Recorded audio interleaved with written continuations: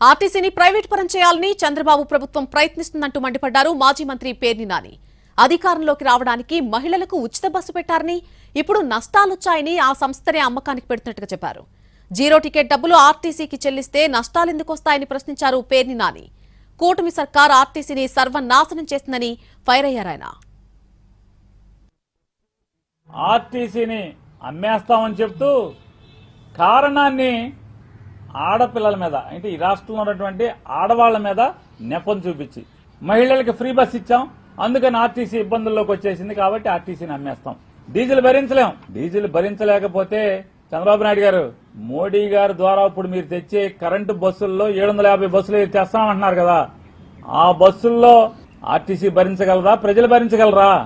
2000 అసలు చంద్రబాబు నాయుడు గారు ఎప్పుడు ఎక్కినా కూడా ప్రజల ఆస్తులకి అన్నిటికీ కూడా ప్రమాదం పొంచి ఉంటుంది. చంద్రబాబు నాయుడు గారు ఎప్పుడు ఎక్కితే అప్పుడు ప్రజల ఆస్తులకి, ప్రజల సంపదకి ప్రమాదం పొంచి